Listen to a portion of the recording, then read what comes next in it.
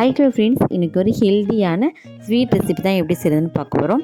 பாசிப்பருப்பு ஜவ்வரிசி ரெண்டுமே சேர்த்து செய்யக்கூடிய இந்த பாசிப்பருப்பு பாயசம் தான் எப்படி செய்கிறதுன்னு பார்க்க போகிறோம். இது குழந்தைங்கள்லேருந்து பெரியவங்க வரைக்கும் எல்லாருமே சாப்பிட்லாம். ரொம்பவே டேஸ்ட்டாக இருக்கும்.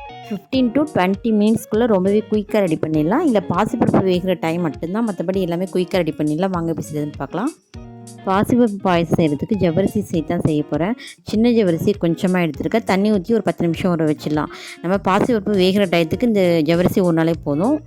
100 பாசிப்பருப்பு எடுத்துருக்கேன். இது வேக வைக்கிறதுக்கு முன்னாடி கொஞ்சமாக வறுத்து எடுத்துக்கலாம். வறுத்தா பாசிப்பருப்பு பாயசம் நல்லா வாசமாக இருக்கும்.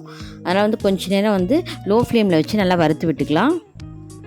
லோ ஃப்ளேமில் வச்சு பாசிப்பருப்பை நல்லா வறுத்து எடுத்துகிட்டு ஒரு 2-3 டைம்ஸ் தண்ணி ஊற்றி நல்லா வாஷ் பண்ணி எடுத்துக்கலாம். நல்லா வாஷ் பண்ணி எடுத்துகிட்டு 2 கிளாஸ் அளவுக்கு வாட்டர் ஆட் பண்ணிவிட்டு நல்லா வேக வச்சு எடுத்துக்கலாம். நீங்கள் சேர்க்குற பாசிப்பருப்போட அளவை பொறுத்து இந்த வேக வைக்கிறதுக்குள்ள தண்ணி அளவும் அண்டு ஸ்வீட் அளவும் மாறுபடும். அதுக்கேற்ற மாதிரி பார்த்துக்கோங்க. இதே போல் பாசிப்பருப்பு நல்லா வேக வச்சு எடுத்துகிட்டு ஒரு கரண்டி இல்லைனா மற்ற வச்சு நல்லா மசிச்சு விட்டுக்கலாம். அப்போ தான் பாயசம் 1-2 திட்டாக இல்லாமல் நல்லா ஸ்மூத்தாக இருக்கும். அதனால் மற்ற வச்சு நல்லா பருப்பு தெரியாத அளவுக்கு நல்லா மசிச்சு விட்டுக்கலாம். பாசிப்பருப்பு வேகிற டயத்துக்கு அந்த ஜவ்வரிசி ஊற வச்சுருந்தா நல்லாவே ஊறிடுச்சு. இதே போல் தேங்காவை குட்டி குட்டியாக கட் பண்ணி எடுத்து வச்சுக்கோங்க.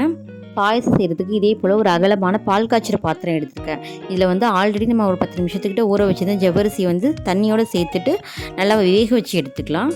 இதே போல் ஜவ்வரிசி ஒரு ஜெல்லி கன்சிஸ்டன்சியில் நல்லாவே குக் ஆகிடுச்சு. இப்போ நம்ம ஆல்ரெடி குக் பண்ணி நல்லா மசிச்சு எடுத்து வச்சுருக்க பாசிப்பருப்பு சேர்த்துக்கலாம்.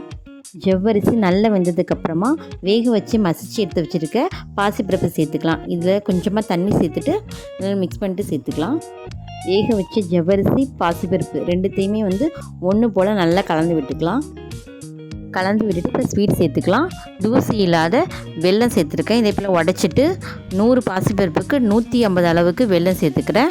உடச்சிட்டு தூளாக இருக்கிற மாதிரி அந்த அளவில் 150 அளவுக்கு வெல்லம் சேர்த்துக்கிறேன். 100 பாசிப்பருப்புக்கு 200 கூட சேர்த்துக்கலாம். உங்களோட ஸ்வீட்டோட அளவுக்கு ஏற்ற மாதிரி சேர்த்துக்கோங்க. நான் 100க்கு 150 அளவுக்கு வெல்லம் சேர்த்துருக்கேன்.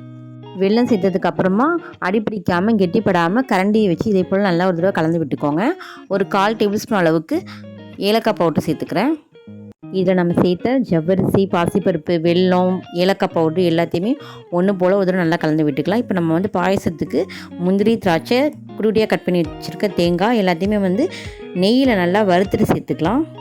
2 டேபிள் ஸ்பூன் அளவுக்கு நெய் சேர்த்துக்கிறேன். நெய் நல்லா ஹீட் ஆனதுக்கப்புறமா முந்திரி, திராட்சை, அப்புறம் குட்டியாக கட் பண்ணி எடுத்து வச்சுருக்க தேங்காய் எல்லாத்தையுமே அந்த நெய்யில் நல்லா வறுத்து சேர்த்துக்கலாம். தேங்காவை இதே போல் குட்டி பீஸாக கட் பண்ணிவிட்டு நல்லா நெய்யில் ரோஸ்ட் பண்ணிவிட்டு நம்ம அதுக்கப்புறமா பாயசம் சேர்க்கும் போது பாயசம் ரொம்பவே டேஸ்ட்டாக இருக்கும். அதுவும் நம்ம பாயசம் குடிக்கும் போது தேங்காய் குட்டி பீஸாக நம்ம பல்லில் கடிப்படும். அந்த டேஸ்ட்டு ரொம்பவே சூப்பராக இருக்கும். தேங்காவை இதே போல் நீங்கள் பீஸாவே குட்டியாக கட் பண்ணிட்டே சேர்த்து பாருங்கள். டேஸ்ட் ரொம்ப வேறு லெவலில் இருக்கும்.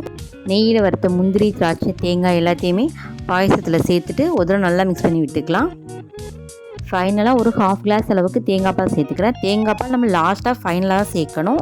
நம்ம ஸ்டார்டிங்கே நம்ம வெல்லத்தோடு சேர்த்தோம் அப்படின்னா பாயசம் திரிச்ச மாதிரி போயிடும். அதனால் இதே போல் ஃபைனலாக தேங்காய் பால் சேர்த்துட்டு ஒரு கொதி வந்ததுக்கப்புறம் ஸ்டவ் ஆஃப் பண்ணிடலாம். இதே போல் தேங்காய் பால் சேர்த்து நம்ம பாசிப்பருப்பு பாயசம் செய்யும் போது டேஸ்ட்டு வேறு லெவலில் இருக்கும். டேஸ்டியான, ஹெல்த்தியான, ஸ்வீட்டான பாசிப்பருப்பு ஜவ்வரிசி ரெண்டுத்தையும் சேர்த்து செய்யக்கூடிய இந்த பாயசத்தை நீங்களும் உங்கள் வீட்டில் செஞ்சு என்ஜாய் பண்ணுங்கள். தேங்க்ஸ் ஃபார் வாட்சிங்.